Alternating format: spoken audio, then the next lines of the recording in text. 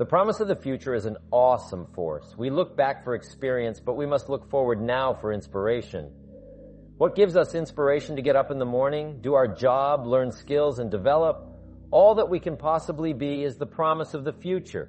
This promise can be so powerful that it can overwhelm any adversary or difficulty. Here's a key phrase. Reasons make the difference in how your life works out. Reasons make the difference in your appetite and zest for taking on challenges, doing the job, and becoming successful. Mr. Schwab said, if you have enough reasons, you can do the most incredible things. You can get through the most difficult day and overcome the most unbelievable challenges if you have enough reasons. He said to me, if you haven't got a list of your goals, Mr. Rohn, it's probably because you don't have enough reasons. Since I've met you, I'm sure you have enough intelligence and good health.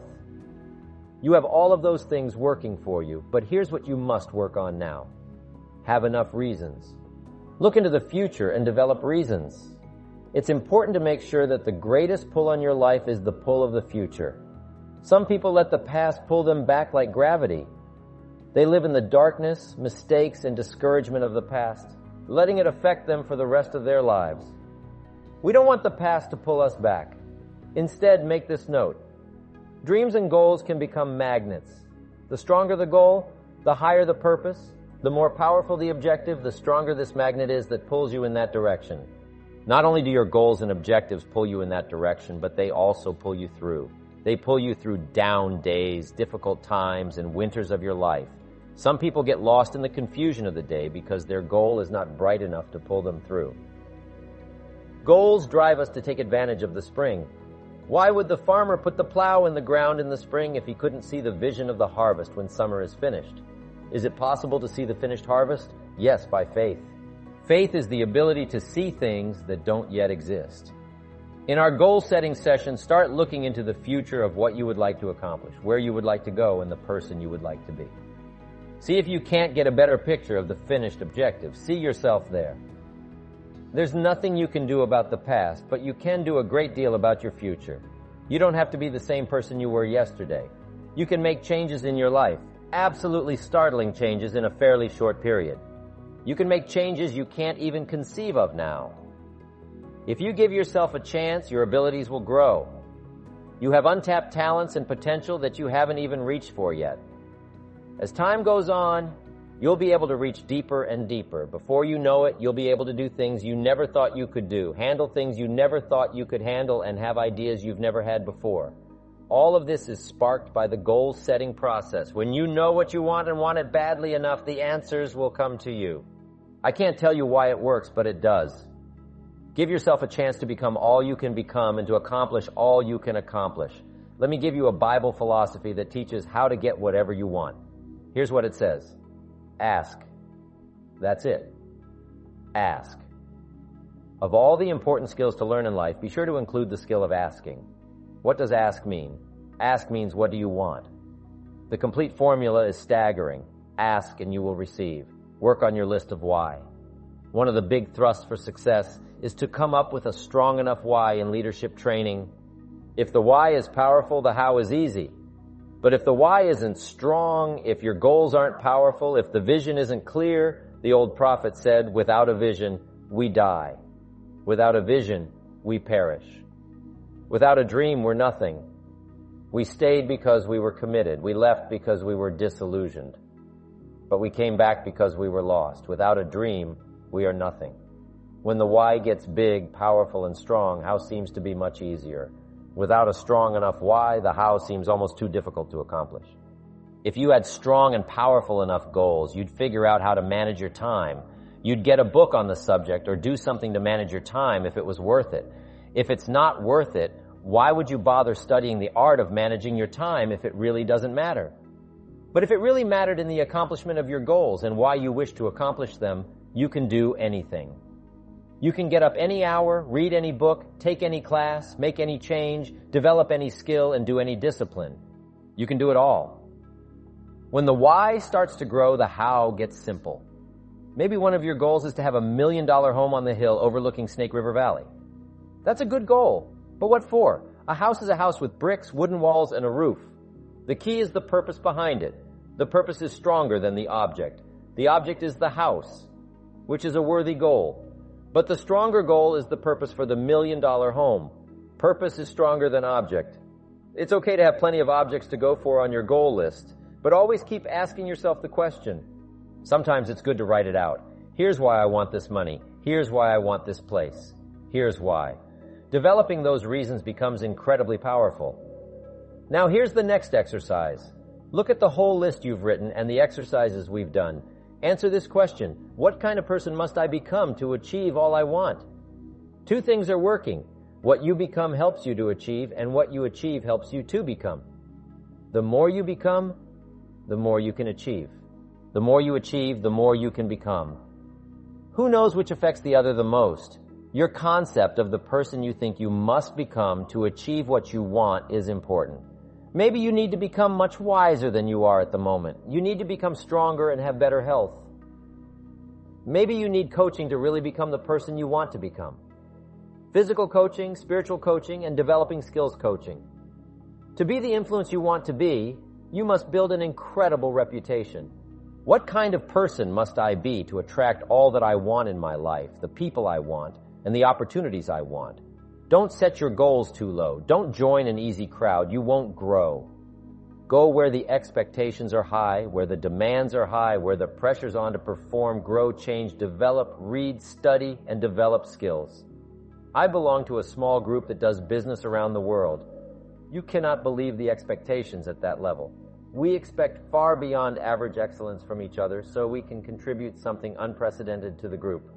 It's called living at the summit. Go where the demands are high, where the expectations are strong, so that it will provoke and push you to grow and change over the next few years. But you've got to do better than work hard and be sincere all your life. You'll wind up broke and embarrassed. You got to be better than a good worker. You've got to be a good asker. Let me give you some key points on asking and receiving, setting goals and asking of life. Here's part of the philosophy that helped me to change. First, asking starts the receiving process.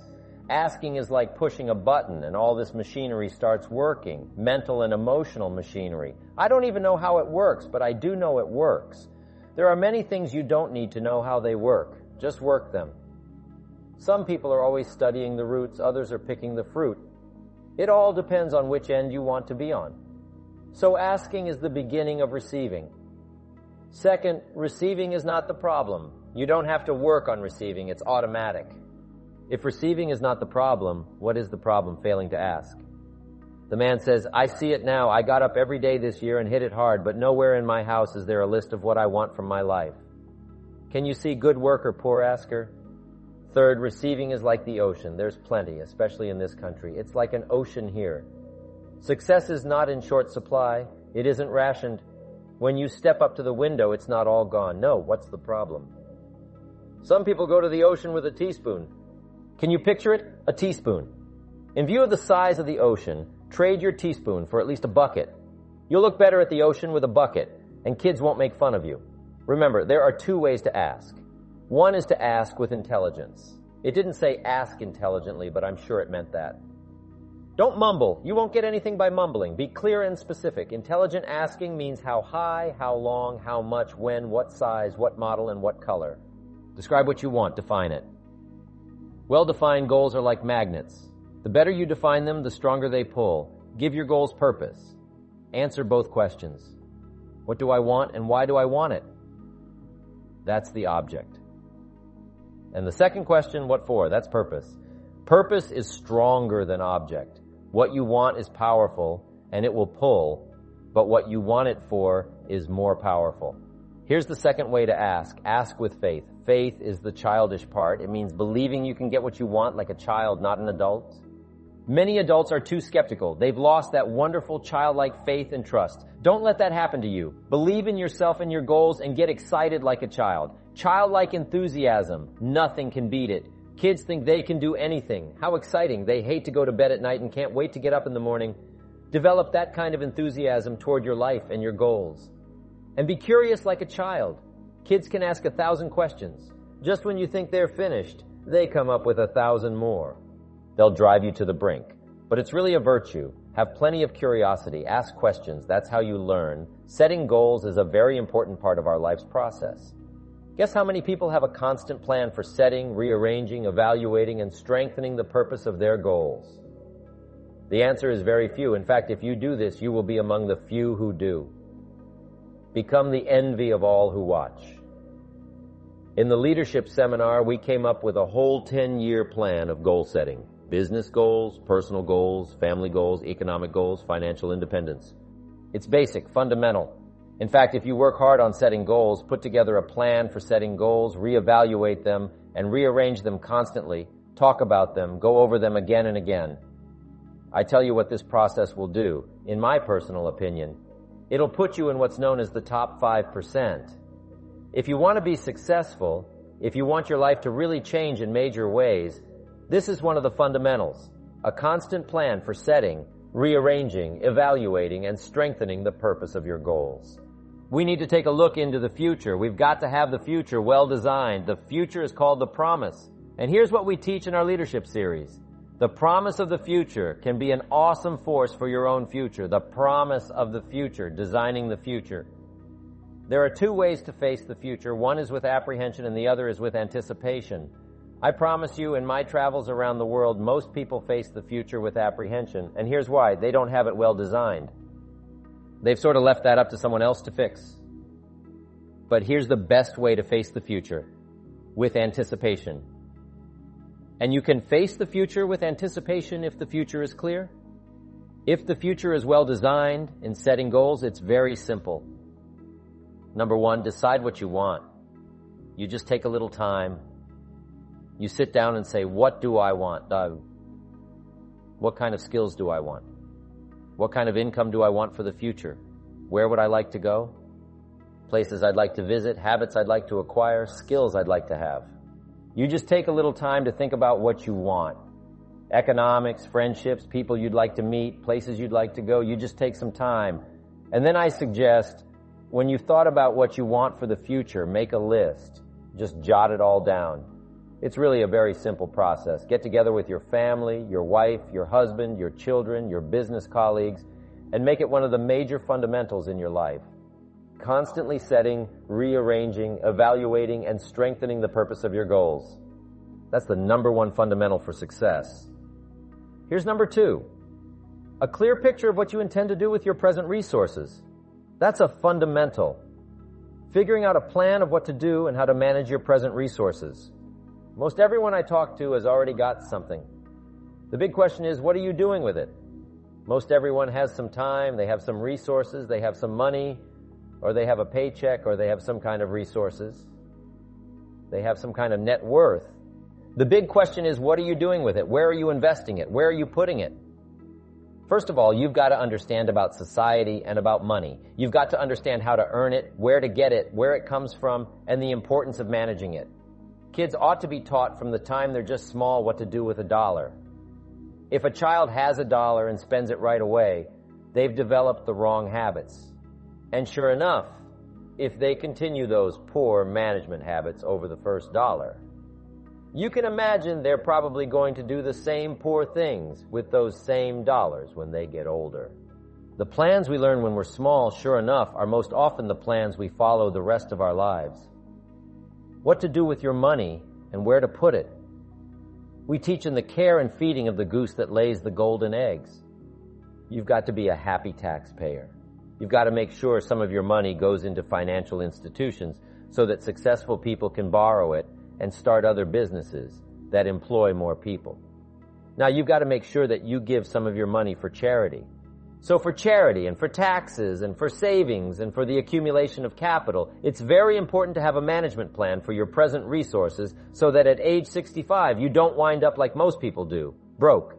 You wind up with substance. You wind up with plenty to share. You wind up with plenty to enjoy. A plan for using all of your present resources wisely. What I'm saying is we all need a consistent plan for the gathering of knowledge, a consistent plan for going to the library, a consistent plan for attending the lectures, attending the seminars.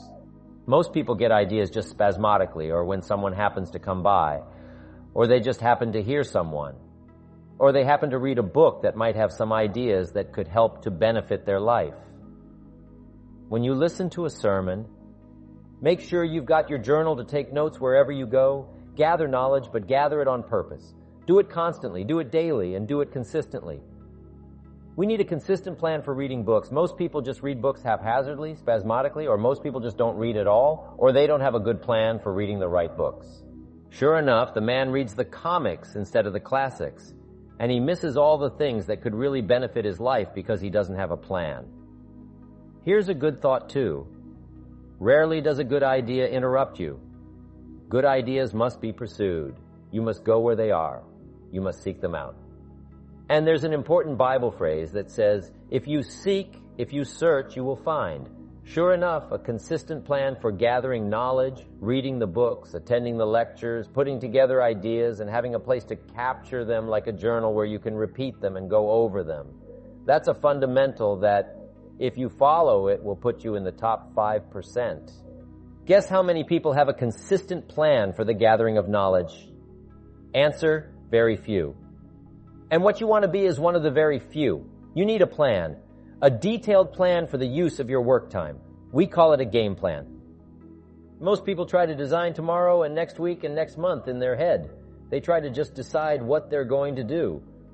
And most people don't even think that far ahead. They think, I have to get up in the morning and go to work. And that's about the extent of it. But a game plan for financial independence, a game plan for your work time, a game plan for your personal time. The family needs a game plan so that you won't miss some of the important things that are helpful to your life and to your success. The kids need a game plan. Mom needs a game plan. Dad needs a game plan. You need a business game plan. You need a game plan for your office if you're in business. A game plan for your business. A detailed plan for the use of your work time. In the leadership seminar, we talk about how to put together this detailed plan for the day and for the week and for the month. How to stretch out a plan for 6 months and for a year. In doing business around the world, we found that you have to detail the plans in great detail. Otherwise, sure enough, you're going to miss something.